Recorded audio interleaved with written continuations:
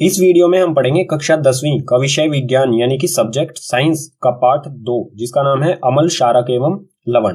पाठ शुरू करने से पहले महत्वपूर्ण जानकारी यहां पर दे देता हूं। जो भी पार्ट 2 के प्रश्न दिए गए हैं एनसीईआरटी की किताब में, उसके एनसीईआरटी के सॉल्यूशन और साथ ही पाठ के नोट्स दोनों का लिंक जो है वो डिस्क्रिप्शन बॉक्स में दिया गया है। पाठ में सबसे पहले पढ़ते हैं अम्ल के गुण धर्मों के बारे में। अम्ल को इंग्लिश में एसिड कहा जाता है। इसमें सबसे पहले दिया है हमें अम्ल स्वाद में खट्टे होते हैं। अगर अम्ल को हम चखेंगे तो वो स्वाद में हमें खट्टे लगेंगे। आगे है इसी में ये नीले लिटमस को लाल में बदल देते हैं। अगर कोई भी नीला लिटमस पत्र अम्ल के संपर्क में आएगा तो उसका रंग परिवर्तित होकर लाल हो जाएगा। ठीक है, नीले को लाल में बदल देंगे, लेकिन लाल पर इनका कोई प्रभाव नहीं पड़ता है। अगर लाल लिटमस पत्र अम्ल के संपर्क में आएगा तो उसका रंग लाल ही रहेगा, सिर्फ नीले को लाल में बदल देते हैं ये। ठीक है, आगे है इसी में ये जलीय विलयन में हाइड्रोजन प्लस आयंस देते हैं। अगर अम्ल में जल डाला जाएगा तो वो जल में हाइड्रोजन के धन आयंस बनाएंगे। ठीक है, धन आयन यानी कि जमा वाले। ठीक है, उदाहरण ले लेते हैं कुछ अम्ल के। सबसे पहले इसमें HCl यानी कि हाइड्रोक्लोरिक अम्ल, H2SO4 यानी कि सल्फ्यूरिक अम्ल, CH3COOH यानी कि एसिटिक अम्ल, और इसी में एक आता है सिट्रिक अम्ल। सिट्रिक अम्ल का आपको फॉर्मूला याद करने की जरूरत नहीं है। ठीक है, एक ऐसा उदाहरण ले लेते हैं जो हमारे दैनिक जीवन में उपयोग किया जाता है अम्ल का, तो वो है नींबू। ठीक है, नींबू में जो है वो सिट्रिक अम्ल पाया जाता है। और यहां पर आप देख सकते हैं कि कोई नीला लिटमस पत्र जितना भी नींबू के रस के संपर्क में आया उतना ये लाल रंग में परिवर्तित हो गया। ठीक है, अम्ल में दो शब्द आते हैं, सांद्र अम्ल और तनु अम्ल। इन्हें भी समझना हमारे लिए जरूरी है। तो सांद्र अम्ल क्या होता है? जिसमें अम्ल अधिक मात्रा में और जल अल्प मात्रा में होता है, यानी कि अम्ल जो है वो ज्यादा हो, ठीक है, और पानी वो कम हो, पानी की मात्रा कम हो, अम्ल की मात्रा अधिक हो, तो उसे कहा जाएगा सांद्र अम्ल। ठीक है, इसी प्रकार से तनु अम्ल क्या होता है? जिसमें अम्ल अल्प मात्रा में और जल अधिक मात्रा में हो। सांद्र का बिल्कुल उल्टा होगा तनु। यहां पर अम्ल जो है वो अल्प यानी कि कम मात्रा में है और जल अधिक मात्रा में है। अब बात आती है, अगर सांद्र अम्ल को हम तनु अम्ल में बदलना चाहें या तनु अम्ल को सांद्र अम्ल में बदलना चाहें तो किस प्रकार से किया जा सकता है? सांद्र अम्ल को हम पानी में मिला देंगे। ठीक है, सांद्र अम्ल को अगर पानी में डाल दिया जाए तो वो तनु अम्ल में परिवर्तित हो जाएगा, क्योंकि पानी की मात्रा बढ़ जाएगी। इसी प्रकार से अगर तनु अम्ल में से हम पानी को वाष्पीकृत कर दें, ठीक है, पानी को वाष्पीकृत कर दिया जाए तो वो सांद्र अम्ल में परिवर्तित हो जाएगा। ठीक है, अम्ल के गुणधर्म के बाद अब देखते हैं क्षारक के गुणधर्म। क्षारक को इंग्लिश में बेस कहा जाता है। इसमें सबसे पहले दिया है हमें क्षारक स्वाद में कड़वे होते हैं। अगर क्षारक को हम अपनी जीवा यानी कि जीभ पर रखेंगे तो उनका स्वाद हमें कड़वा प्रतीत होगा। आगे है ये लाल लिटमस को नीले में बदल देते हैं। अगर कोई लाल लिटमस पत्र क्षारक के संपर्क में आएगा तो उसका रंग बदलकर अपने आप ही नीला हो जाएगा। ठीक है, लेकिन नीले पर इनका कोई प्रभाव नहीं होता, ये सिर्फ लाल को नीले में बदलते हैं। अगर कोई नीला लिटमस पत्र क्षारक के संपर्क में आएगा तो उसका रंग नीला ही रहेगा, सिर्फ लाल को नीले में बदलेंगे। ठीक है, आगे है ये जलीय विलयन में OH ऋण आयन देते हैं। ठीक है, अगर क्षारकों में जल डाला जाएगा तो जल में ये OH यानी कि हाइड्रो ऑक्साइड के घटा माइनस यानी कि ऋण आयंस प्रदान करेंगे हमें। ठीक है, कुछ उदाहरण ले लेते हैं क्षारक के, जैसे NaOH यानी कि सोडियम हाइड्रो ऑक्साइड, KOH यानी कि पोटेशियम हाइड्रो ऑक्साइड, NH4OH यानी कि अमोनियम हाइड्रो ऑक्साइड। ये कुछ ऐसे उदाहरण हो गए जो हम लेबोरेटरी यानी कि प्रयोगशाला में देखते हैं। एक दैनिक जीवन वाला उदाहरण ले लेते हैं जो हम अपने दैनिक जीवन में इस्तेमाल करते हैं क्षारक, तो वो है साबुन। ठीक है, साबुन में जो है वो NaOH यानी कि सोडियम हाइड्रो ऑक्साइड पाया जाता है। ठीक है, और यहां पर आप देख सकते हैं अगर कोई लाल लिटमस पत्र साबुन के संपर्क में आएगा तो उसका रंग बदलकर नीला हो गया है। ठीक है, अब क्षारक में एक शब्द आता है क्षार। ठीक है, इन दोनों में अंतर है, क्षारक और क्षार में थोड़ा सा अंतर है, उसे समझना जरूरी है, क्योंकि एग्जाम में कई बार क्षार के बारे में पूछा जाता है तो बच्चे क्षारक के बारे में लिख के आ जाते हैं। तो क्षारक क्या होते हैं? क्षार क्या होते हैं? जल में घुलनशील क्षारकों को क्षार कहते हैं। ठीक है, अगर ऐसे क्षारक जो जल में आसानी से घुल जाते हैं तो उन्हें कहा जाता है क्षार। जैसे कि यहां पर उदाहरण ले लेंगे इसका NaOH जो साबुन में पाया जाता है, ये आसानी से जल में घुल जाता है, तो हम इसको क्षार भी कह सकते हैं और क्षारक भी कह सकते हैं। ठीक है, अम्ल और क्षारक के गुण धर्मों के बारे में पढ़ने के बाद अब बात आती है कि अम्ल और क्षारक, कोई भी हमें वस्तु दी गई है उसको हम कैसे पहचानेंगे कि वो अम्ल है या क्षारक है। आप कहेंगे कि चख कर, टच करके उसे, ठीक है। तो रसायन विज्ञान में किसी भी चीज को चख कर या टच करके पता नहीं लगाया जाता है, क्योंकि वो हमें नुकसान भी पहुंचा सकता है। रसायन विज्ञान में बहुत सारे ऐसे अम्ल होते हैं जो टच करने पर ही हमारे हाथों को जला सकते हैं, इसलिए आपको सावधानी रखनी है, किसी भी अम्ल या क्षारक को आपको टच नहीं करना है और ना ही उन्हें चखना है। तो कैसे पता लगाएंगे? उसको पता लगाने का तरीका है सूचक। सूचक क्या होते हैं? सूचक किसी दिए गए विलयन में अम्ल या क्षारक की उपस्थिति दर्शाते हैं। इनका रंग या गंध अम्लीय व क्षारक माध्यम में बदल जाता है, ठीक है। सूचक कोई ऐसी चीज होती है जो विलयन में अम्ल या क्षारक की उपस्थिति को दर्शाएंगे, और दर्शाने का तरीका क्या होगा? जब वो अम्ल के संपर्क में आएंगे तो उनका रंग या गंध तेज या कम हो जाएगी, या फिर उनका रंग जो है वो अलग हो जाएगा, ठीक है। और क्षारक के माध्यम में आएंगे तो उनका रंग और कुछ अलग हो जाएगा जो अम्ल में नहीं होगा। अलग अलग रंग, यानी कि अम्ल के लिए अलग रंग दर्शाएंगे और क्षारक के लिए अलग रंग दर्शाएंगे। इसी प्रकार से गंध यानी कि खुशबू, अम्ल के संपर्क में आने पर खुशबू कम हो सकती है या ज्यादा हो सकती है, या फिर क्षारक के माध्यम में अम्ल का बिल्कुल उल्टा हो सकता है। तो सूचक जो है वो 3 प्रकार के होते हैं। इसमें सबसे पहले है प्राकृतिक सूचक, दूसरा है कृत्रिम सूचक जिसे संश्लेषित सूचक भी कहा जाता है, और तीसरा है गंधीय सूचक। इन तीनों सूचकों के बारे में एक एक करके विस्तार से पढ़ते हैं आगे वाले पेज पर। सूचक का पहला प्रकार है प्राकृतिक सूचक। इसकी परिभाषा देख लेते हैं। वे सूचक जो पौधों से प्राप्त होते हैं उन्हें प्राकृतिक सूचक कहा जाता है। प्रकृति में हमारे पास क्या होता है? पेड़ पौधे। अगर जो भी ऐसे सूचक जो पेड़ पौधों से मिलते हैं उन्हें कहा जाएगा प्राकृतिक सूचक, ठीक है। उदाहरण ले लेते हैं इसके। उदाहरण में हमारे पास है यहाँ पर पहला लिटमस और दूसरा हल्दी, दोनों ही हमें पेड़ पौधों से मिलते हैं। अब ये अम्ल और क्षारक माध्यम कैसे बताएंगे कि कोई भी वस्तु दी गई है वो क्षारक है या अम्ल है? तो अगर कोई नीला लिटमस पत्र अम्ल के संपर्क में आएगा तो उसका रंग परिवर्तित हो जाता है लाल में, ठीक है। यानी कि लिटमस पत्र, नीला लिटमस पत्र हम किसी वस्तु में डालेंगे, ठीक है, किसी विलयन में रखेंगे, अगर उसका रंग लाल में परिवर्तित हो जाता है तो हम कहेंगे कि वो वस्तु क्या है? वो विलयन अम्लीय है, ठीक है। इसी प्रकार बिल्कुल इसका उल्टा, अगर कोई लाल लिटमस पत्र विलयन में डालने पर नीला रंग में परिवर्तित हो जाए तो वो होगा हमारा क्षारक। हल्दी का आपने नोटिस किया होगा, हल्दी के लिए हल्दी जो अम्ल के संपर्क में आने पर उसका रंग पीला ही रहता है, ठीक है। प्राकृतिक तौर पर हल्दी का रंग पीला ही होता है, तो अम्ल के संपर्क में आने पर यह अपना रंग परिवर्तित नहीं करती है। लेकिन जब हल्दी क्षारक के संपर्क में आएगी तो इसका रंग लाल हो जाता है। तो कई बार क्या होता है, हम खाना खाते समय कपड़ों पर हल्दी यानी कि सब्जी गिर जाती है, उसमें हल्दी होती है, ठीक है। जब हम उसे धोते हैं यानी कि साबुन, जब वो साबुन के संपर्क में आती है, धोते समय उस पर साबुन लगाते हैं हम, तो वो साबुन यानी कि क्षारक के संपर्क में आती है तो उसका रंग लाल हो जाता है, ठीक है। तो ये भी एक प्रकार का ही सूचक है जो अम्ल में हमें पीला रंग प्रदान करता है और क्षारक के साथ इसका रंग लाल हो जाता है, ठीक है। सूचकों का दूसरा प्रकार है कृत्रिम सूचक, या फिर हम कह सकते हैं संश्लेषित सूचक। संश्लेषित का मतलब होता है जिसे बनाया गया हो, ठीक है। तो इसकी परिभाषा देखते हैं। वे सूचक जो रसायन द्वारा बनाए जाते हैं उन्हें कृत्रिम सूचक या फिर संश्लेषित सूचक कहा जाता है, ठीक है। जो रसायन यानी कि केमिकल द्वारा प्रयोगशाला यानी कि लेबोरेटरी में बनाए जाते हैं उन्हें कृत्रिम सूचक या फिर संश्लेषित सूचक कहा जाएगा। केमिकल्स यानी कि रसायन के द्वारा बनाए गए हैं। उदाहरण देख लेते हैं इसके लिए। पहला है हमारे पास फेनोफ्थलीन और दूसरा है मेथिल ऑरेंज, ठीक है। ये दोनों उदाहरण हो गए। अब ये किस तरह से क्षारक और अम्लीय प्रवृत्ति को दर्शाते हैं? तो फेनोफ्थलीन जब अम्ल के संपर्क में आता है तो इसका रंग जो है वो अपरिवर्तित रहता है, ठीक है। यानी कि पानी जैसा रंग रहता है बिल्कुल इसका। यहाँ पर आप देख सकते हैं इस तरह का, जिस तरह का पानी होता है उस तरह का ही रंग होता है, ठीक है। अम्ल के संपर्क में आने पर इस तरह का रंग। और अगर ये क्षारक के संपर्क में आएगा, फेनोफ्थलीन अगर क्षारक के संपर्क में आएगा तो इसका रंग गहरा गुलाबी या फिर कह सकते हैं कि बैंगनी हो जाता है, ठीक है। गहरा गुलाबी कहेंगे इसे, इस तरह का रंग हो जाता है। इसी प्रकार से मेथिल ऑरेंज जब अम्ल के संपर्क में आएगा तो इसका रंग परिवर्तित होकर लाल हो जाता है। अम्ल के संपर्क में आने पर मेथिल ऑरेंज का रंग जो है वो लाल हो जाता है। और मेथिल ऑरेंज अगर क्षारक के संपर्क में आएगा तो उसका रंग पीला हो जाता है, ठीक है। इस प्रकार से ये अम्लीय और क्षारक प्रवृत्ति, किसी भी विलयन की अम्लीय व क्षारक प्रवृत्ति को रंग द्वारा दर्शाते हैं, ठीक है। सूचक का तीसरा प्रकार है गंधीय सूचक। गंधीय यानी कि जो हम अपनी नाक से महसूस कर सके। इसकी परिभाषा क्या होगी? जिन पदार्थों की गंध अम्लीय व क्षारक माध्यम में बदल जाए उसे गंधीय सूचक कहा जाएगा, ठीक है।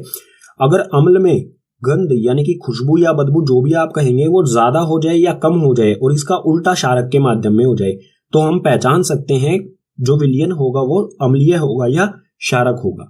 उदाहरण ले लेते हैं। यहाँ पर उदाहरण हमारे पास है 3। पहला प्याज का रस, दूसरा वेनिला और तीसरा लौंग का तेल। ये किस प्रकार से अम्लीय व क्षारक माध्यम को बताएंगे। तो जब प्याज का रस अम्ल के संपर्क में आता है तो इसकी गंध जो है वो तीक्ष्ण यानी कि बढ़ जाती है। ठीक है, प्याज का रस जो है, प्याज में की जो बदबू या खुशबू जो भी आप समझते हैं वो बढ़ जाएगी। लेकिन जब ये क्षारक के माध्यम में आता है, ठीक है, जब अगर क्षारक विलयन में प्याज का रस डाला जाएगा तो इसमें से कोई भी गंध नहीं आएगी। ठीक है, तो किस तरह से हम पहचान सकते हैं। हमें कोई विलयन दिया गया है, उसमें हम प्याज का रस डालेंगे, अगर खुशबू या बदबू जो गंध होगी प्याज की वो बढ़ जाए तो हम कहेंगे कि वो विलयन जो है वो अम्लीय है। अगर जो गंध है वो कम हो जाए तो वो क्षारक माध्यम होगा। ठीक है, इसी प्रकार से वेनिला जो आइसक्रीम को फ्लेवर देने के लिए यूज किया जाता है, तो वेनिला आइसक्रीम आपने खाई होगी, वही वेनिला है ये। ठीक है, वेनिला अम्ल के संपर्क में आने पर इसकी खुशबू, ठीक है, इसकी गंध में कोई भी परिवर्तन नहीं आता। लेकिन जब ये क्षारक के माध्यम में आता है तो इसमें से कोई भी गंध नहीं आती। ठीक है, इसी प्रकार से लौंग का तेल अम्ल के संपर्क में आने पर उसकी खुशबू या बदबू जो भी है, गंध वो है समान रहती है। लेकिन जब लौंग का तेल क्षारक के माध्यम में आता है तो उसमें से कोई भी गंध नहीं आती है। ठीक है, इस तरह से हम सूचकों के माध्यम से अम्लीय व क्षारक विलयन या पदार्थों को पहचान सकते हैं।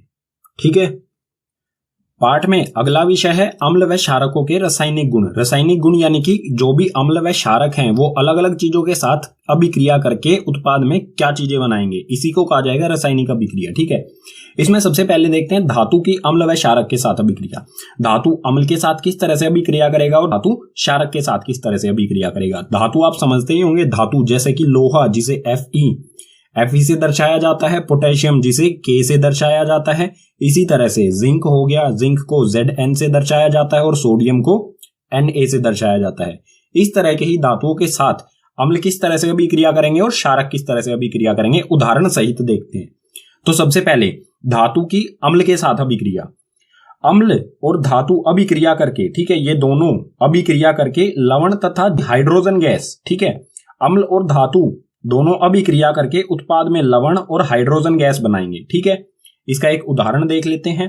अम्ल में लिया है हमने यहाँ पर HCl यानी कि हाइड्रोक्लोरिक अम्ल, और धातु में है यहाँ पर जिंक। ठीक है, जिंक धातु है और हाइड्रोक्लोरिक अम्ल, ये दोनों एक दूसरे के साथ अभिक्रिया करेंगे और लवण बनाएंगे जिंक क्लोराइड ZnCl। ठीक है, ZnCl एक लवण है जिसमें क्लोरीन जुड़ा हुआ है। ठीक है, तो ये बना जिंक क्लोराइड और साथ में हाइड्रोजन गैस। तो कोई भी धातु अम्ल के साथ अभिक्रिया करके, कोई भी धातु हो, ठीक है, चाहे वो आयरन हो, लोहा हो, पोटेशियम हो, जिंक हो या सोडियम हो, कोई भी धातु है वो अम्ल के साथ अभिक्रिया करके हमेशा लवण तथा हाइड्रोजन गैस ही उत्पाद में हमें देगा। इसी प्रकार से देख लेते हैं धातु की क्षारक के साथ अभिक्रिया। क्षारक के साथ अभिक्रिया करके ये क्या बनाएगा। तो इसमें भी क्षारक जमा में धातु यानी कि क्षारक और धातु अभिक्रिया करेंगे और लवण तथा हाइड्रोजन गैस। यहां पर भी क्या था, उत्पाद में हमें लवण तथा हाइड्रोजन गैस मिल रही थी। अम्ल के साथ अगर धातु अभिक्रिया करता है और क्षारक के साथ धातु अभिक्रिया करता है तो भी हमें लवण और हाइड्रोजन गैस मिल रही है। ठीक है, इसका भी एक उदाहरण ले लेते हैं। क्षारक में है हमारे सामने यहाँ पर NaOH यानी कि सोडियम हाइड्रोक्साइड, और धातु फिर से हमने लिया है जिंक। तो सोडियम हाइड्रोक्साइड और जिंक दोनों अभिक्रिया करके लवण बनाएंगे। लवण है हमारे सामने यहाँ पर Na2ZNO2। ठीक है, यानी कि सोडियम जिंकेट और साथ में हाइड्रोजन गैस। अब यहां पर देख सकते हैं आप कि अम्ल धातु के साथ अम्ल अभिक्रिया करे या धातु के साथ क्षारक अभिक्रिया करे, दोनों कंडीशन में क्या हो रहा है, दोनों स्थितियों में हाइड्रोजन गैस निकल रही है। तो हमें कैसे पता चलेगा कि ये निकलने वाली जो गैस है हाइड्रोजन है। ठीक है, इसका परीक्षण किस तरह से किया जाएगा, आगे वाले पेज पर देखते हैं। धातु की अम्ल या क्षारक के साथ अभिक्रिया कराने पर जो हाइड्रोजन गैस निकलती है उसको पहचानने का जो तरीका है उसे देखते हैं। तो हाइड्रोजन गैस का परीक्षण, जो भी निकलने वाली गैस है हाइड्रोजन, उसे किस तरह से पहचाना जाएगा। तो इसमें है हाइड्रोजन गैस से निहित परख नली के पास जब एक जलती हुई मोमबत्ती लाई जाती है तो पोप की ध्वनि उत्पन्न होती है। ठीक है, यानी कि जो मोमबत्ती, जलती हुई मोमबत्ती जो हाइड्रोजन गैस के पास लाई जाएगी तो जो हाइड्रोजन गैस है वो बहुत ज्वलनशील गैस होती है, वो पोप ध्वनि के साथ तुरंत जल जाएगी। तो ये है स्टैंड, इसमें ये टेस्ट ट्यूब है। टेस्ट ट्यूब के अंदर जिंक के छोटे छोटे दाने लिए गए हैं और साथ ही इसके अंदर डाल दिया गया है अम्ल। अम्ल और जिंक की अभिक्रिया यानी कि धातु और हाइड्रोक्लोरिक अम्ल की अभिक्रिया से जो हाइड्रोजन गैस उत्पन्न होगी, ठीक है, वो बाहर नहीं निकल पाएगी इस कॉर्क की वजह से। इस कॉर्क के अंदर जो पाइप लगी है वो इससे गुजरेगी और उसे इस टब में भरे हुए साबुन के पानी के अंदर छोड़ दिया जाएगा, ठीक है। जैसे ये साबुन के पानी के अंदर निकलेगी, ये हाइड्रोजन गैस जो है वो बबल्स में, बुलबुलों में पैक हो जाएगी, ठीक है। और जो ये बुलबुले ऊपर आएंगे, बहुत हल्की गैस होती है हाइड्रोजन, वो आसानी से ऊपर की तरफ जाती है, ठीक है। तो ये बुलबुले जब ऊपर की तरफ जाएंगे, अगर इन बुलबुलों के पास हम जलती हुई मोमबत्ती लेके आएंगे तो ये पोप ध्वनि करते हुए, ठीक है, तुरंत जल जाएंगे पोप की ध्वनि के साथ, ठीक है, क्योंकि बहुत ज्वलनशील गैस होती है हाइड्रोजन, ठीक है। अम्ल व क्षारक के रासायनिक गुणधर्म में आगे है अम्ल व क्षारक की धातु कार्बोनेट तथा धातु बाइकार्बोनेट के साथ अभिक्रिया। कोई भी अम्ल या क्षारक है वो धातु कार्बोनेट यानी कि जैसे कि धातु, कोई भी हमारा धातु है जैसे सोडियम, तो सोडियम का कार्बोनेट, जैसे सोडियम का कार्बोनेट क्या होगा, Na2CO3, जो ये CO3 होता है, ठीक है। Na हो गया हमारा धातु और CO3 हो गया कार्बोनेट, यानी कि धातु कार्बोनेट हो गया, ठीक है। तो अम्ल व क्षारक धातु कार्बोनेट के साथ किस तरह से अभिक्रिया करेंगे, और इसी तरह से अम्ल व क्षारक धातु बाइकार्बोनेट को धातु हाइड्रोजन कार्बोनेट भी कहा जाता है। तो बिल्कुल भी कंफ्यूज नहीं होना है, एक ही चीज है, धातु बाइकार्बोनेट और धातु हाइड्रोजन कार्बोनेट। धातु हाइड्रोजन कार्बोनेट क्या होगा, धातु हाइड्रोजन कार्बोनेट होगा NaHCO3, यानी कि कार्बोनेट के साथ साथ, धातु में कार्बोनेट के साथ साथ इसमें हाइड्रोजन भी हो, तो इसे कहा जाएगा धातु हाइड्रोजन कार्बोनेट या फिर धातु बाइकार्बोनेट, ठीक है। तो इसमें देखेंगे, सबसे पहले इसमें देखते हैं अम्ल की धातु कार्बोनेट के साथ किस तरह से अभिक्रिया करता है, उसके बाद देखेंगे अम्ल धातु बाइकार्बोनेट के साथ किस तरह से अभिक्रिया करेगा। तो ये है अम्ल की धातु कार्बोनेट के साथ अभिक्रिया। अम्ल, ठीक है, कोई भी अम्ल और धातु कार्बोनेट दोनों एक दूसरे के साथ अभिक्रिया करके उत्पाद में हमें लवण, कार्बन डाइऑक्साइड और जल, ठीक है, CO2 यानी कि कार्बन डाइऑक्साइड और जल यानी कि H2O देंगे, ठीक है। हमेशा कोई भी अम्ल हो, अगर किसी भी धातु कार्बोनेट के साथ अभिक्रिया करेगा तो उत्पाद में हमें लवण, कार्बन डाइऑक्साइड और जल ही मिलेंगे, ठीक है। उदाहरण देख लेते हैं इसके लिए। अम्ल में लिया है यहां पर हाइड्रोक्लोरिक अम्ल, और धातु कार्बोनेट जैसा कि उदाहरण में भी बताया था वही है, ठीक है, Na2CO3 यानी कि सोडियम कार्बोनेट, ठीक है। हाइड्रोक्लोरिक अम्ल और सोडियम कार्बोनेट दोनों एक दूसरे के साथ अभिक्रिया करके उत्पाद में बनाएंगे NaCl, जो कि एक लवण होता है, साथ में कार्बन डाइऑक्साइड गैस यानी कि CO2 और साथ में जल यानी कि H2O, ठीक है। अब देखते हैं अम्ल की धातु बाइकार्बोनेट यानी कि धातु हाइड्रोजन कार्बोनेट के साथ अभिक्रिया। तो अम्ल जो है वो धातु बाइकार्बोनेट यानी कि धातु हाइड्रोजन कार्बोनेट के साथ अभिक्रिया करके हमें लवण, कार्बन डाइऑक्साइड और जल, ये तीनों चीजें उत्पाद में मिलती हैं। चाहे अम्ल धातु कार्बोनेट के साथ अभिक्रिया करे या धातु बाइकार्बोनेट के साथ अभिक्रिया करे, दोनों में हमें क्या मिल रहा है, लवण, कार्बन डाइऑक्साइड और जल। यहां पर भी लवण, कार्बन डाइऑक्साइड और जल, ठीक है। इसका उदाहरण देख लेते हैं, बाइकार्बोनेट यानी कि हाइड्रोजन कार्बोनेट की अम्ल के साथ अभिक्रिया। तो अम्ल यहां पर है वही हाइड्रोक्लोरिक अम्ल है, लेकिन यहां पर धातु कार्बोनेट था, यहां पर आ गया धातु हाइड्रोजन कार्बोनेट यानी कि धातु बाइकार्बोनेट। धातु बाइकार्बोनेट है सोडियम हाइड्रोजन कार्बोनेट। उत्पाद में हमें मिलेगा NaCl यानी कि लवण, ठीक है, जो कि एक लवण है, साथ में कार्बन डाइऑक्साइड और जल, ठीक है। ये हो गई अम्ल की धातु कार्बोनेट और धातु बाइकार्बोनेट यानी कि हाइड्रोजन कार्बोनेट के साथ अभिक्रिया। लेकिन क्षारक की अभिक्रिया का तो उदाहरण हमने लिया नहीं, ठीक है। तो इसके बारे में यहां पर एक लाइन लिखी है, क्षारक धातु कार्बोनेट तथा धातु हाइड्रोजन कार्बोनेट या फिर धातु बाइकार्बोनेट के साथ अभिक्रिया नहीं करते हैं। महत्वपूर्ण पॉइंट है ये, ठीक है। कोई भी क्षारक जो है वो ना तो धातु कार्बोनेट के साथ अभिक्रिया करेगा, ना ही धातु बाइकार्बोनेट के साथ अभिक्रिया करेगा, सिर्फ अम्ल करता है इसके साथ अभिक्रिया, ठीक है। अब आप यहां पर देख सकते हैं, अम्ल धातु कार्बोनेट के साथ अभिक्रिया करे या अम्ल धातु बाइकार्बोनेट के साथ अभिक्रिया करे तो गैस कौन सी मिलती है, गैस मिलती है कार्बन डाइऑक्साइड यानी कि CO2, ठीक है। यहां पर भी CO2 और यहां पर भी CO2। तो हम कैसे पहचान पाएंगे कि ये गैस CO2 है, तो अगले पेज पर देखते हैं इसी CO2 यानी कि कार्बन डाइऑक्साइड का परीक्षण किस तरह से किया जाएगा। कार्बन डाइऑक्साइड का परीक्षण, जो भी गैस निकलने वाली है वो कार्बन डाइऑक्साइड है, ये तय किस तरह से किया जाएगा। तो इसमें यहां पर हमें दिया है CO2 यानी कि कार्बन डाइऑक्साइड को चूने के पानी से प्रवाहित करने पर पानी दूधिया हो जाता है। दूधिया यानी कि सफेद रंग का। जब चूने के पानी में कार्बन डाइऑक्साइड को डाला जाएगा, उसके अंदर कार्बन डाइऑक्साइड, चूने के पानी के अंदर कार्बन डाइऑक्साइड को छोड़ा जाएगा, तो जो चूने का पानी है वो सफेद रंग का हो जाएगा, ठीक है। दूधिया यानी कि सफेद रंग, ठीक है। और जो ये अभिक्रिया होगी चूने के पानी की कार्बन डाइऑक्साइड के साथ, ये किस तरह से होगी, ये है CaOH2 यानी कि कैल्शियम हाइड्रो ऑक्साइड। और ये कैल्शियम हाइड्रो ऑक्साइड जो है इसी को कहा जाता है चूने का पानी। ठीक है, जब इस चूने के पानी से कार्बन डाइऑक्साइड को प्रवाहित किया जाएगा तो ये उत्पाद में बनाएगा CaCO3 और साथ में जल, यानी कि जो ये कैल्शियम कार्बोनेट, ठीक है, ये कैल्शियम कार्बोनेट है, ये जल के अंदर ही बनेगा और ये जल के अंदर अघुलनशील होगा यानी कि सस्पेंडेड होगा। ठीक है, जिस तरह से चौक पाउडर पानी के अंदर होता है कुछ उसी तरह से इसके कारण जो पानी है, चूने का पानी है, वो सफेद हो जाएगा। ठीक है, अब आगे दिया है हमें अधिक मात्रा में CO2 प्रवाहित करने पर जो भी ये उत्पाद बनेगा, ये उत्पाद बनने के बाद भी हम कार्बन डाइऑक्साइड को इसमें से प्रवाह कर रहे हैं। ठीक है, तो ये उत्पाद जो है CaCO3 और साथ में H2O, ये आ गया यहाँ पर CaCO3 और H2O, ये बनने के बाद भी इसमें कार्बन डाइऑक्साइड का प्रवाह हमने जारी रखा, हमने कार्बन डाइऑक्साइड को बंद नहीं किया उसमें से। तो ये अभिक्रिया करके एक नया उत्पाद बनाएगा जो होगा CaHCO3। यहां पर तो इस विलयन का रंग जो है वो दूधिया यानी कि सफेद होता है। अगर हम इसमें से और भी कार्बन डाइऑक्साइड गुजारेंगे, ठीक है, जो कि हम यहाँ पर कर रहे हैं, तो इसका रंग जो है वो दूधिया, ठीक है, पहले इसका जो चूने का पानी है इसका रंग बिल्कुल पानी की तरह होता है, जैसा पानी का मतलब कलरलेस, कोई भी रंग नहीं होता। जब कार्बन डाइऑक्साइड गुजारेंगे तो दूधिया, अगर और ज्यादा ही कार्बन डाइऑक्साइड इसमें से गुजारेंगे तो वापस कलरलेस हो जाएगा, यानी कि जैसा पानी होता है बिल्कुल वैसा ही हो जाएगा। अब ये होगा क्यों? CaCO3 जो है वो बिल्कुल चौक पाउडर की तरह होता है, जो स्कूल में चौक यूज किए जाते हैं बिल्कुल उस तरह का होता है, ये जल के अंदर बनेगा। ठीक है, और चौक पाउडर को अगर हम पानी में डालते हैं तो वो उस पानी को सफेद भी कर देता है। ठीक है, इस तरह से होगा ये मान लीजिए विलयन दिया गया है हमें इस बीकर में, ये क्या करेगा, पानी को सफेद भी कर देगा और नीचे की तरफ बैठ भी जाएगा, यानी कि पानी में जो चौक पाउडर है वो अघुलनशील होता है। ठीक है, कुछ पार्टिकल्स जो है छोटे छोटे कण है इसके पानी को सफेद कर देंगे।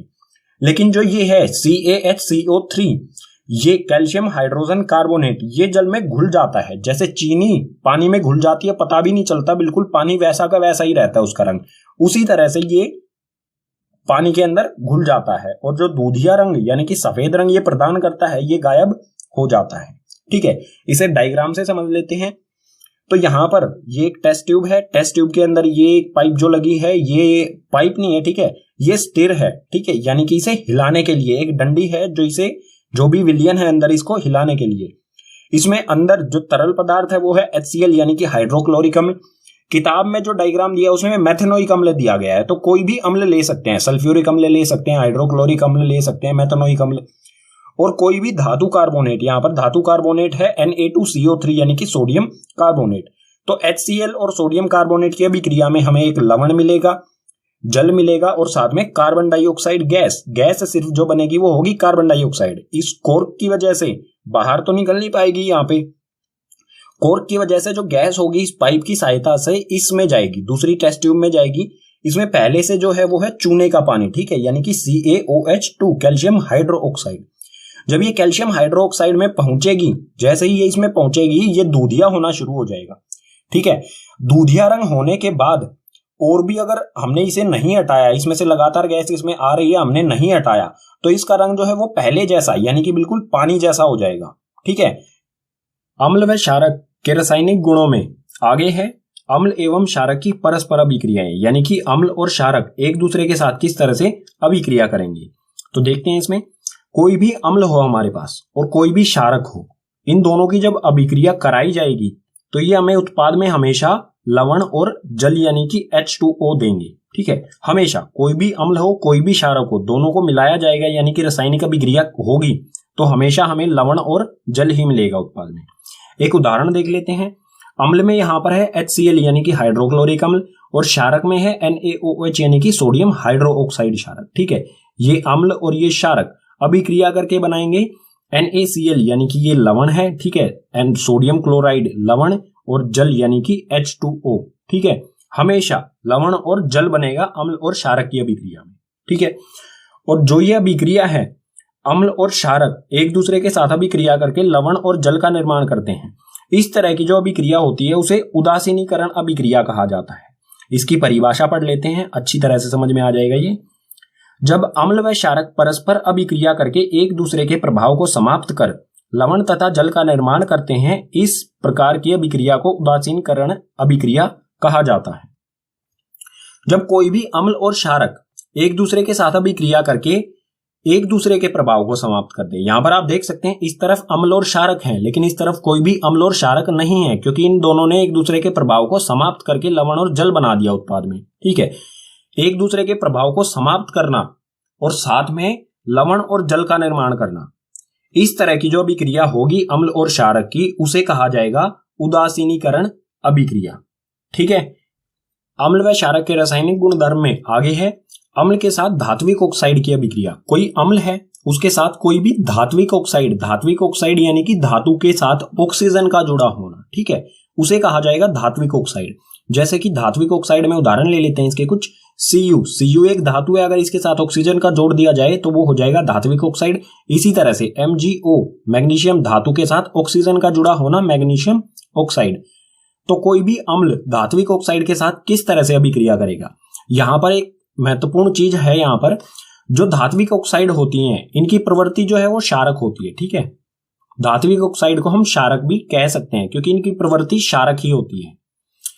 तो पीछे हम पढ़ चुके हैं अम्ल और क्षारक अभिक्रिया करके लवण और जल का निर्माण करते हैं, और धात्विक ऑक्साइड जो है वो क्षारक ही होती हैं।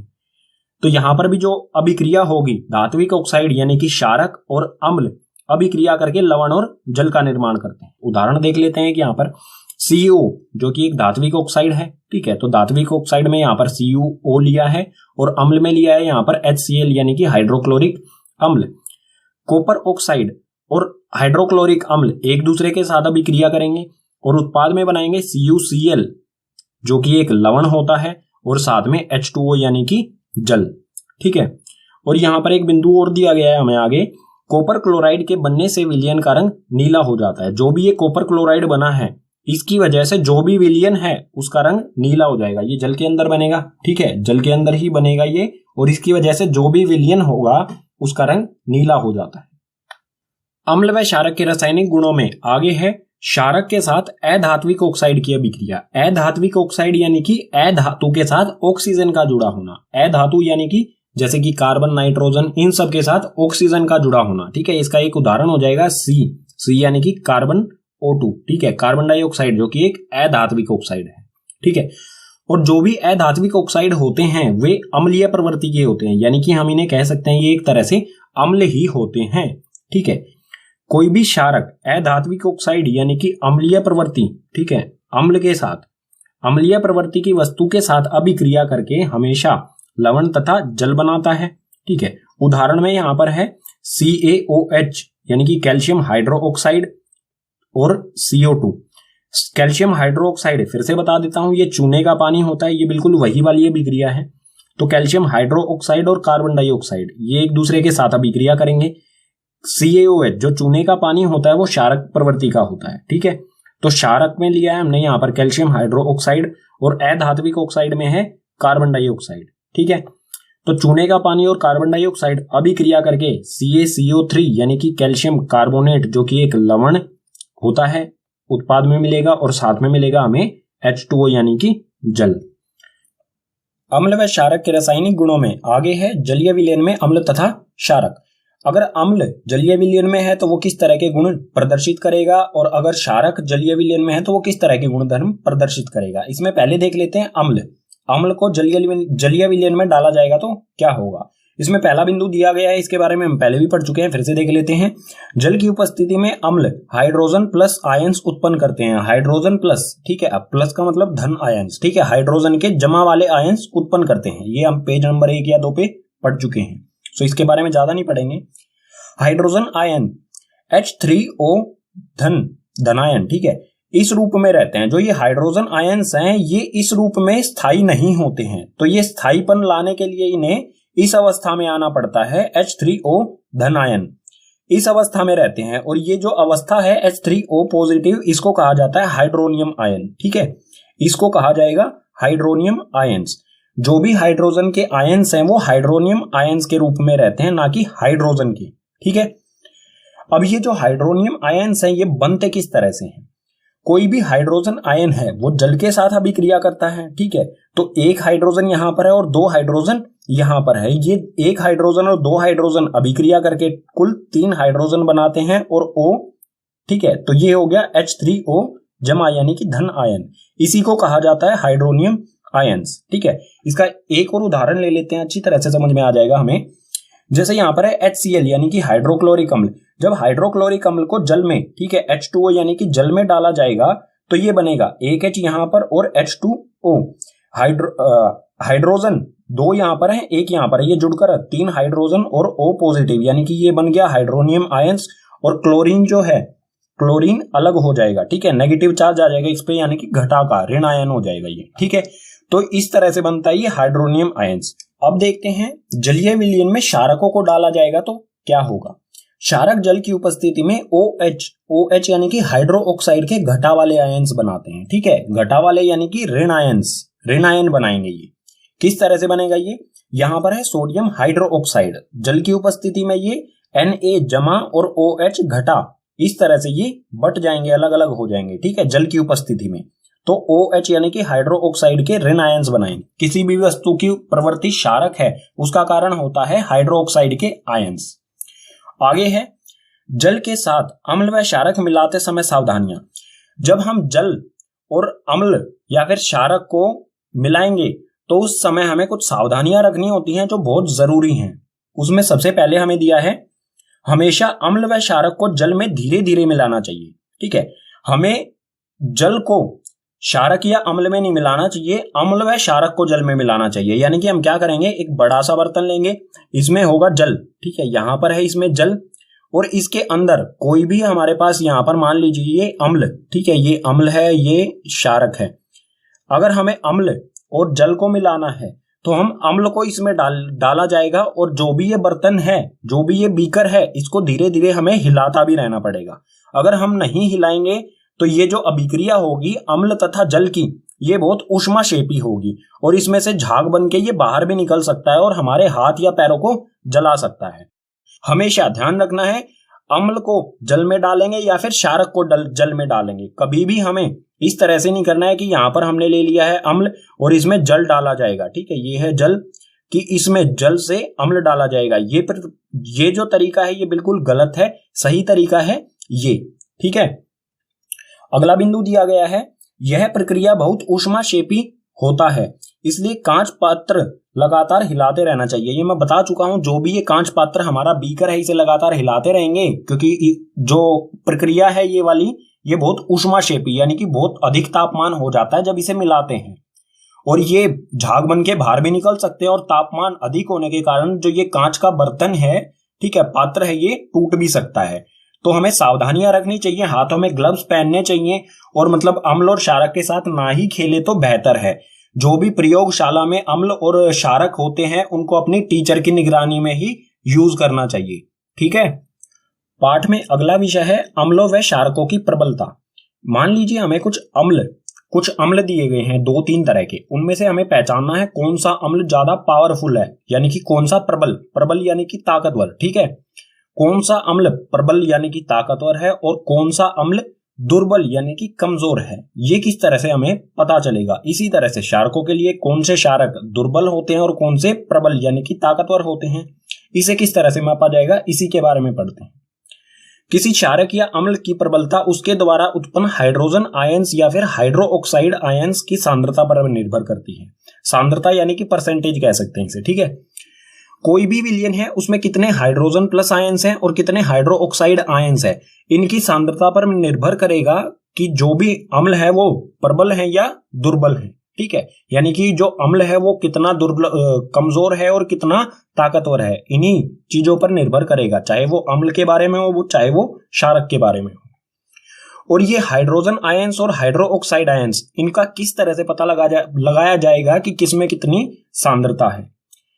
तो इसके लिए अम्ल व क्षारक की प्रबलता हम एक सार्वभौमिक या फिर सार्वत्रिक सूचक द्वारा ज्ञात कर सकते हैं। जो भी अम्ल या क्षारक है इनकी प्रबलता यानी कि इसमें कितनी ताकत है, इनको ज्ञात करने का एक अच्छा सा तरीका है ये सूचक, ठीक है, सार्वभौमिक सूचक या फिर कह सकते हैं हम इसे सार्वत्रिक सूचक, ठीक है। किताब में जो एनसीईआरटी है उसमें सार्वत्रिक सूचक कहा गया है, लेकिन पेपर में कई बार सार्वभौमिक सूचक आ जाता है, तो एक ही चीज है, ये कंफ्यूज नहीं होना है, ठीक है। इसके द्वारा ज्ञात किया जा सकता है। और ये सार्वभौमिक या सार्वत्रिक सूचक होता क्या है, इसे कहा जाता है पीएच। पीएच पेपर, ठीक है, हिंदी माध्यम में है तो पीएच पत्र लिख सकते हैं आप, ठीक है। पीएच पत्र यानी कि पीएच पेपर कहा जाता है इसे। इसके बारे में आगे वाले पेज पर बिल्कुल विस्तार से पढ़ेंगे। जो भी ये सूचक है, सार्वभौमिक सूचक या फिर सार्वत्रिक सूचक, इसकी परिभाषा क्या होगी? यह अनेक सूचकों का मिश्रण होता है। यह सूचक किसी विलयन में हाइड्रोजन आयंस की विभिन्न सांद्रता को विभिन्न रंगों में प्रदर्शित करता है, ठीक है। यानी कि यह किस चीजों को मापता है? हाइड्रोजन आयंस को, ठीक है। हाइड्रोक्साइड आयंस को नहीं मापता है, ये मापता है हाइड्रोजन आयंस की सांद्रता, यानी कि कोई भी विलयन है उसमें कितना % हाइड्रोजन आयंस है। इस चीज को, ये हाइड्रोजन आयंस को ये अलग अलग रंगों के, उसकी सांद्रता, हाइड्रोजन आयंस की सांद्रता को ये अलग अलग रंगों में प्रदर्शित करता है। अगर हाइड्रोजन आयंस की सांद्रता अधिक होगी तो ये कुछ इस तरह के लाल से रंग शो करेगा, ऑरेंज वगैरह वगैरह, ठीक है। अगर हाइड्रोजन आयंस की सांद्रता ना तो ज्यादा ना ही कम, यानी कि मध्यम बीच में होगी, तो ये इस तरह के रंग शो करेगा, पीला, हरा या फिर थोड़ा सा गहरा हरा, ठीक है। अगर हाइड्रोजन आयंस की सांद्रता बहुत कम होगी तो ये इस तरह के रंग शो करेगा जो नीले वाले हैं, ठीक है, हल्का नीला, फिर गहरा गहरा गहरा नीला, ठीक है। जो भी ये सार्वभौमिक सूचक या सार्वत्रिक सूचक जिसे पीएच कहा जाता है, इस पर रीडिंग होती है 0 से लेके 14 तक, ठीक है। बाकी इसके बारे में अगले पेज पर विस्तार से पढ़ते हैं। ये है पीएच स्केल, ठीक है, इस तरह का होता है। तो पीएच स्केल जो है वो हाइड्रोजन आयंस की सांद्रता के आधार पर अलग अलग रंग प्रदर्शित करता है।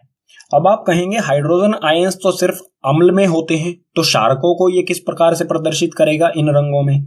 तो आपको ये जानना जरूरी है, ठीक है। ये पीएच स्केल, इस पे 0 से 14 तक रीडिंग होती है। आपका ये जानना जरूरी है कि जो हाइड्रोजन आयंस होते हैं या फिर हाइड्रोक्साइड आयंस होते हैं, ठीक है, हाइड्रोजन आयंस अम्ल में भी होते हैं और क्षारक में भी होते हैं। इसी प्रकार से हाइड्रोक्साइड आयंस अम्ल में भी होते हैं और क्षारक में भी होते हैं, ठीक है। इसको समझते हैं। ये आपको एक पट्टी सी दिख रही होगी, स्केल है ये, ठीक है, किताब में भी दिया गया है ये। तो जो 7 होता है, पीएच स्केल का जो 7 मान होता है, ये वाली लाइन यहां पर होता है लवण, ठीक है। ये मान जो है ये है लवण के लिए।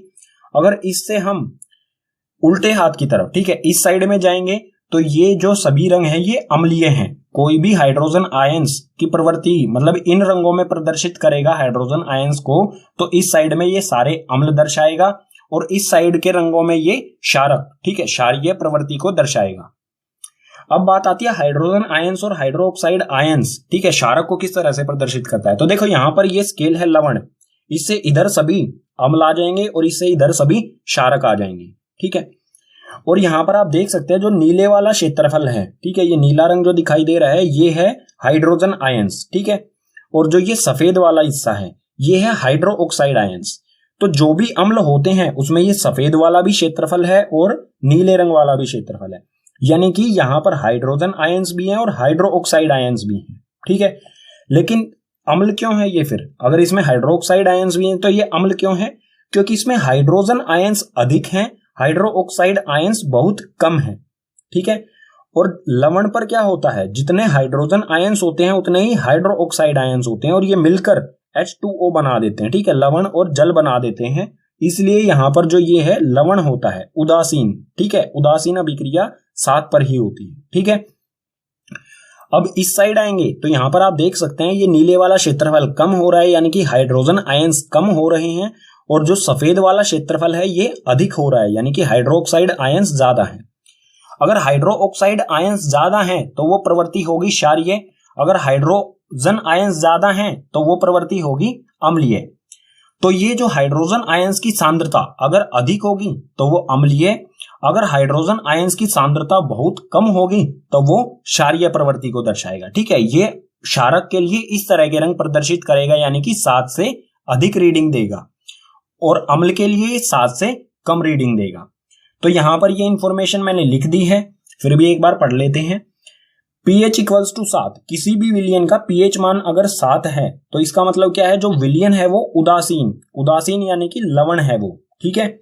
अगर किसी का pH मान 7 से कम, ठीक है, ये कम का निशान है, pH मान 7 से कम है, अगर 7 से कम है तो वो विलयन अम्लीय होगा, ठीक है। और आगे है इसमें pH मान जो है वो 7 से अधिक है, अगर 7 से अधिक है तो वो विलयन जो होगा वो क्षारक होगा, ठीक है, क्षारीय विलयन होगा। ये था कुल मिला के पीएच स्केल के बारे में। ठीक है, अब बात कर लेते हैं पीएच का हमारे जीवन में, दैनिक जीवन में क्या महत्व है। तो उसी के बारे में दिया गया है, दैनिक जीवन में पीएच का महत्व। जो भी हमारा पीएच मान है उसके कितनी महत्वपूर्ण है हमारे जीवन में। तो इसमें पहला बिंदु दिया गया है, हमारा शरीर 7 से 7.8 पीएच के बीच कार्य करता है। हमारे शरीर का जो पीएच मान होता है वो 7 से लेके 7.8 तक होता है। अगर हमारे शरीर का पीएच मान 7 से कम हो जाए या 7.8 से अधिक हो जाए तो हम बीमार पड़ जाएंगे। ठीक है, हमें कई तरह की बीमारियां लग जाएंगी। इसमें अगला बिंदु है, वर्षा के जल का पीएच मान जब 5.6 से कम हो जाता है तो अम्लीय वर्षा कहलाती है। ठीक है, अम्लीय वर्षा के कारण ताजमहल का रंग पीला हो चुका है, तो ये थोड़ा महत्वपूर्ण हो जाता है। किसी भी वर्षा का जल 5.6, ठीक है 5.6 मतलब 7 से कम है, ये 5.6, अगर 5.6 से कम हो जाए तो वो वर्षा अम्लीय होगी। ठीक है, और अम्लीय वर्षा के कारण पहले ताजमहल का रंग जो है वो बिल्कुल सफेद चमकीला होता था। ताजमहल, अम्लीय वर्षा के कारण ताजमहल का जो रंग है वो थोड़ा थोड़ा पीला हो चुका है। ठीक है, इसी में आगे है, मुंह का पीएच मान 5.5 से कम होने पर, दोनों नहीं है यहां पर, दांतों, ठीक है, दांतों का क्षय प्रारंभ हो जाता है। अगर हमारे मुंह का पीएच मान 5.5 से कम हो जाए तो हमारे जो दांत हैं वो गलना शुरू कर देते हैं। क्षय यानी कि गलना, ठीक है, गलना शुरू कर देते हैं, क्योंकि जो 5.5 होता है उससे कम अम्ल जो है वो प्रबल होता जाता है। ठीक है, अम्ल की प्रबलता अधिक होगी तो वो हमारे दांतों के साथ अभिक्रिया करेगा और उनको गलाना शुरू कर देगा। अगर हमें इससे बचना है, अम्लीयत मतलब दांतों के गलने से अगर हमें बचना है तो हमें मतलब खाना खाने के बाद कुल्ला करना चाहिए या फिर हमें ब्रश करनी चाहिए कम से कम 2 वक्त। ठीक है, सोते समय जरूर हमें ब्रश करनी चाहिए, इससे हम बच सकते हैं आसानी से। आगे है, मधुमक्खी का डंक अम्ल छोड़ता है जिसके कारण जलन व दर्द होता है। जब भी कोई मधुमक्खी काटती है तो उसके कारण हमें बहुत ज्यादा दर्द होता है। ठीक है, अगर उसका डंक अंदर ही है हमारे शरीर के अंदर तो वो बहुत ज्यादा दर्द करता है, क्योंकि जो डंक होता है उसमें एक अम्ल होता है जिसका नाम है मेथनोइक अम्ल। मेथनोइक अम्ल जो है हमारे शरीर में जो सेल्स होते हैं, बॉडी के सेल्स होते हैं, उनको खत्म करना शुरू कर देता है। इसी के कारण हमें जलन या फिर दर्द होता है। ठीक है, अगर हम इस दर्द या जलन से बचना चाहते हैं तो उसके ऊपर हम कोई कोलगेट या फिर कोई साबुन से हमें उसे धोना चाहिए, क्योंकि साबुन जो है वो अम्लीय प्रभाव को समाप्त कर देता है। ठीक है, यानी कि जो मेथनोइक अम्ल है इसके प्रभाव को वो धीरे धीरे करके समाप्त कर देगा। अगला बिंदु और आखिरी बिंदु है इसमें, अच्छी उपज के लिए पौधों को एक विशिष्ट पीएच की आवश्यकता होती है। अलग अलग पौधों के लिए अलग अलग पीएच मान की आवश्यकता होती है। कुछ ऐसे पौधे होते हैं जो 5 से 6 के पीएच मान के बीच में बहुत अच्छी तरह से ग्रो यानी कि वो अच्छी तरह से उपज करते हैं, मतलब अच्छी तरह से वो विकास करते हैं अपना। कुछ ऐसे पौधे होते हैं जो 6 से 7 के में करते हैं और कुछ ऐसे होते हैं 7 से 8, यानी कि जो पौधे होते हैं अलग अलग पौधों का पीएच मान, अलग अलग पौधों को अलग अलग पीएच मान की आवश्यकता होती है अपनी बेहतर विकास के लिए। ठीक है, पाठ में हमारा अगला विषय आता है लवण। लवण का निर्माण किस तरह से होता है ये हम पहले भी पढ़ चुके हैं, एक बार फिर से देख लेते हैं। कोई भी अम्ल और क्षारक एक दूसरे के साथ अभिक्रिया करके यानी कि परस्पर अभिक्रिया करके लवण और जल का निर्माण करते हैं। ठीक है, उदाहरण देख लेते हैं। अम्ल में लिया है यहाँ पर HCl यानी कि हाइड्रोक्लोरिक अम्ल, और क्षारक में लिया है NaOH यानी कि सोडियम हाइड्रोक्साइड। ये दोनों एक दूसरे के साथ अभिक्रिया करेंगे और लवण यानी कि NaCl सोडियम क्लोराइड लवण का निर्माण करेंगे। और जो ये सोडियम क्लोराइड होता है ये साधारण नमक है, जो हम घर में रसोई घर में यूज करते हैं नमक, वही नमक है ये। ठीक है, साधारण नमक जो खाने में डाला जाता है, और इसके साथ साथ H2O यानी कि जल का निर्माण करते हैं। ठीक है, अब ये तो एक लवण हो गया सोडियम क्लोराइड। इसके अलावा भी बहुत सारे लवण हैं जिनका निर्माण किया जाता है, जैसे कि कैल्शियम क्लोराइड, CuSO4 यानी कि कॉपर सल्फेट, KCl यानी कि पोटेशियम क्लोराइड। अलग अलग प्रकार के कई लवण होते हैं। ठीक है, आगे है इसी में लवण से रसायनों का निर्माण। जो भी लवण होते हैं उनसे रसायन यानी कि केमिकलों का निर्माण किया जाता है। ठीक है, इसके कुछ उदाहरण देख लेते हैं। जैसे सोडियम हाइड्रोक्साइड का लवण से ही बनाया जाता है, सोडियम हाइड्रोक्साइड। इसी तरह से विरंजक चूर्ण, बेकिंग सोडा, धोने का सोडा और प्लास्टर ऑफ पेरिस जिसे कहा जाता है POP, इन सब का निर्माण किस तरह से किया जाता है और इनके उपयोग क्या क्या हैं। ठीक है, एक एक करके सभी के बारे में आगे वाले पेजेस पर पढ़ते हैं। लवण से जो रसायनों का निर्माण किया जाता है यानी कि केमिकल बनाए जाते हैं, उसमें सबसे पहले है सोडियम हाइड्रोक्साइड। सोडियम हाइड्रोक्साइड का रासायनिक सूत्र होता है NaOH। Na से होता है सोडियम और OH से हाइड्रोक्साइड यानी कि सोडियम हाइड्रोक्साइड। इसका निर्माण किस तरह से होता है, इसमें हमें दिया है सोडियम क्लोराइड के जलीय विलयन से विद्युत प्रवाहित करने पर यह वियोजित होकर सोडियम हाइड्रोक्साइड उत्पन्न करता है। यानी कि सोडियम क्लोराइड जो जल में उपस्थित है, जलीय विलयन, ठीक है, सोडियम क्लोराइड का जलीय विलयन, उसमें से जब बिजली विद्युत को प्रवाहित करेंगे तो यह सोडियम हाइड्रोक्साइड में बदल जाता है, ठीक है। और इसकी रासायनिक अभिक्रिया किस प्रकार से होती है ये देख लेते हैं। यह है NaCl यानी कि सोडियम क्लोराइड। सोडियम क्लोराइड का जलीय विलयन, साथ में जल भी है इसके, ठीक है। तो सोडियम क्लोराइड के साथ जो जल है, इस विलयन में से विद्युत धारा प्रवाहित की जाएगी। विद्युत धारा प्रवाहित करने के बाद ये बदल जाता है NaOH यानी कि ये मिल गया हमें सोडियम हाइड्रोक्साइड, ठीक है। सोडियम हाइड्रोक्साइड ये मिल गया हमें। इसके साथ साथ दो गैसें भी मिलती हैं, एक तो क्लोरीन गैस मिलती है और एक हाइड्रोजन गैस भी मिलती है हमें उत्पाद में। अब देख लेते हैं ये कहां कहां पर बनते हैं। जो जलीय विलयन है उसमें कहां पर बनते हैं, विद्युत धारा प्रवाहित की जाती है, ठीक है। तो एनोड पर जो है वो क्लोरीन गैस निकलती है, कैथोड पर हाइड्रोजन गैस निकलती है और कैथोड के पास ही सोडियम हाइड्रोक्साइड का विलयन बनता है। ये तीनों चीजें हमें याद रखनी पड़ेंगी, ठीक है। एनोड पर क्लोरीन, कैथोड पर हाइड्रोजन और कैथोड के पास ही सोडियम हाइड्रोक्साइड का विलयन बनता है। अब बात कर लेते हैं ये तीनों चीज जो हमें उत्पाद में मिली है, इनके उपयोग क्या क्या है, यानी कि सोडियम हाइड्रोक्साइड का उपयोग क्या होता है, क्लोरीन का और हाइड्रोजन का क्या क्या उपयोग होते हैं, ठीक है। तो उपयोग में क्लोरीन जो है वो, क्लोरीन का उपयोग जो है वो जल की स्वच्छता या फिर PVC के लिए उपयोग किया जाता है, पॉलीवेनिक क्लोराइड के लिए, ठीक है, जल की स्वच्छता के लिए। ये गलत हो गया है, क्लोरीन जो है वो जल की स्वच्छता के लिए उपयोग किया जाता है। और हाइड्रोजन, ठीक है, ये C2 और H2, हाइड्रोजन का उपयोग जो है वो ईंधन के लिए यूज किया जाता है, ठीक है। हाइड्रोजन का ऊपर वाला ईंधन के लिए यूज किया जाता है और क्लोरीन जल की स्वच्छता और पॉलीवेनिक क्लोराइड बनाने के लिए। और NaOH यानी कि सोडियम हाइड्रोक्साइड का उपयोग जो है वो ग्रीस हटाने के लिए। धातु पे जो ग्रीस लगा होता है वो आसानी से नहीं हटता है, तो उसको हटाने के लिए सोडियम हाइड्रोक्साइड का उपयोग किया जाता है। साबुन और कागज बनाने के लिए भी सोडियम हाइड्रोक्साइड का उपयोग किया जाता है, ठीक है। इसका उपयोग क्या क्या है ये जरूर याद कर लेना है आपको। एक तो ग्रीस हटाने के लिए, साबुन और कागज बनाने के लिए, ठीक है। लवण से जो रसायनों का निर्माण किया जाता है उसमें दूसरे नंबर पर है विरंजक चूर्ण। विरंजक चूर्ण का रासायनिक सूत्र होता है CaOCl2 यानी कि कैल्शियम ऑक्सी क्लोराइड। इसके निर्माण में हमें दिया है शुष्क बुझे हुए चूने पर क्लोरीन की क्रिया से विरंजक चूर्ण का निर्माण होता है, ठीक है।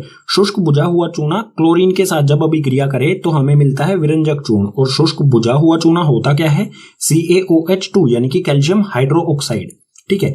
कैल्शियम हाइड्रोक्साइड क्लोरीन यानी कि Cl के साथ अभिक्रिया करेगा तो हमें मिल जाएगा विरंजक चूर्ण। इसकी रासायनिक अभिक्रिया किस प्रकार से होगी ये देख लेते हैं। ये है CaOH2 यानी कि बुझा हुआ चूना और ये है Cl, ये दोनों एक दूसरे के साथ अभिक्रिया करके बनाएंगे CaOCl2 यानी कि विरंजक चूर्ण, ठीक है। ये बना विरंजक चूर्ण और साथ में H2O यानी कि जल। अब जो भी ये विरंजक चूर्ण है इसके उपयोग क्या क्या होते हैं, ठीक है। उपयोग से पहले यहां पर बता दूं, विरंजक चूर्ण को ब्लीचिंग पाउडर कहा जाता है इंग्लिश में। और ब्लीचिंग पाउडर के बारे में आपने सुना होगा, वो किसी भी तरह के कपड़े में अगर कोई दाग लगा है तो उसको हटाने के लिए किस चीज का उपयोग किया जाता है, ब्लीचिंग पाउडर का, ठीक है। यानी कि किसी भी चीज को सफेद बनाने के लिए विरंजक चूर्ण का उपयोग किया जा सकता है आसानी से। उपयोग में पहला दिया हमें वस्त्र उद्योग में सूती व लैनिन के विरंजन के लिए। सूती वस्त्र हो या लैनिन के वस्त्र हो, उनके अगर उनपे कोई दाग धब्बे लगे हैं तो उनको साफ करने के लिए इसका विरंजक चूर्ण का उपयोग किया जा सकता है। आगे है कागज की फैक्ट्री में लकड़ी के मज्जा के विरंजन के लिए। लकड़ी का मज्जा यानी कि लकड़ी को पीस दिया जाता है, ठीक है। कागज लकड़ी से बनता है, लकड़ी के मज्जा को, लकड़ी को पीस दिया जाता है, ठीक है, पाउडर सा बनाया जाता है। और जो भी लकड़ी का रंग होता है उसको बिल्कुल सफेद बनाने के लिए विरंजक चूर्ण का उपयोग किया जाता है। यानी कि लकड़ी के मज्जा को विरंजक चूर्ण की उपस्थिति में धोया जाता है और लकड़ी का पाउडर जो होता है मज्जा वो बिल्कुल सफेद हो जाता है। उसके बाद उससे पेपर बना लिए जाते हैं, ठीक है। तो कागज की फैक्ट्री में भी इसका उपयोग होता है। और तीसरा है पीने के पानी में रोगाणुनाशक के रूप में। पीने का पानी जो होता है उसमें भी अगर विरंजक चूर्ण डाल दिया जाए तो जो भी पानी में बैक्टीरिया वगैरह होता है, ऐसे रोगाणु जो हमें नुकसान पहुंचा सकते हैं, वो खत्म हो जाते हैं, ठीक है। तो पीने के पानी में रोगाणुनाशक के रूप में भी विरंजक चूर्ण का उपयोग किया जाता है। लवण से जो रसायनों का निर्माण किया जाता है उसमें तीसरे नंबर पर है बेकिंग सोडा। बेकिंग सोडा का रासायनिक सूत्र होता है NaHCO3 यानी कि सोडियम हाइड्रोजन कार्बोनेट। और जो बेकिंग सोडा यानी कि सोडियम हाइड्रोजन कार्बोनेट होता है ये एक दुर्बल असंक्षारक होता है। दुर्बल यानी कि कमजोर और असंक्षारक यानी कि लंबे समय तक चलने वाला। ठीक है, असंक्षारक यानी कि इसमें कभी जंग नहीं लगता, ये कभी खराब नहीं होता। दुर्बल होता है, इसे हम टेस्ट भी कर सकते हैं अपनी जीभ द्वारा। ठीक है, इसके निर्माण की रासायनिक अभिक्रिया किस प्रकार से होती है? सोडियम क्लोराइड, कार्बन डाइऑक्साइड, जल यानी कि H2O और अमोनिया यानी कि NH3, इन सभी की परस्पर अभिक्रिया से बेकिंग सोडा यानी कि NaHCO3 का निर्माण होता है। ठीक है, ये सभी अभिक्रिया करेंगे और उत्पाद में बनाएंगे NH4Cl। NH3 होता है अमोनिया और NH4 होता है अमोनियम। ठीक है, ये अमोनिया और ये अमोनियम, तो अमोनियम क्लोराइड मिलेगा उत्पाद में हमें, और साथ ही NaHCO3 यानी कि सोडियम हाइड्रोजन कार्बोनेट यानी कि बेकिंग सोडा, ये मिल गया हमें बेकिंग सोडा। अगर बेकिंग सोडा को खाने में डाल के गर्म किया जाए तो क्या होता है, ये भी जानना हमारे लिए जरूरी है। तो खाना पकाते समय गर्म करने पर यानी कि बेकिंग सोडा को गर्म करने पर, तो ये है बेकिंग सोडा। खाने में डालने के बाद इसे गर्म किया जाएगा तो ये विभाजित हो जाता है। ठीक है, यानी कि वियोजित हो जाता है कई सारे उत्पादों में। सोडियम कार्बोनेट CO3, ठीक है, Na2CO3 यानी कि सोडियम कार्बोनेट जल जो कि एक वाष्प के रूप में होता है, और साथ में कार्बन डाइऑक्साइड गैस CO2। और जो ये कार्बन डाइऑक्साइड गैस होती है इसके कारण जो खाने वाली चीजों में डाला जाता है इसे, वो फूलने लग जाती हैं। जैसे आपने देखा होगा ब्रेड जो है वो फूली हुई रहती है, उसका कारण क्या है? क्योंकि उसमें बेकिंग सोडा डाला जाता है। और कार्बन डाइऑक्साइड जो बबल से बनते हैं, उसमें जो बबल से आपको दिखाई देते हैं ब्रेड में, वो CO2 गैस के कारण बनते हैं। ठीक है, अब बात करते हैं बेकिंग सोडा के उपयोग।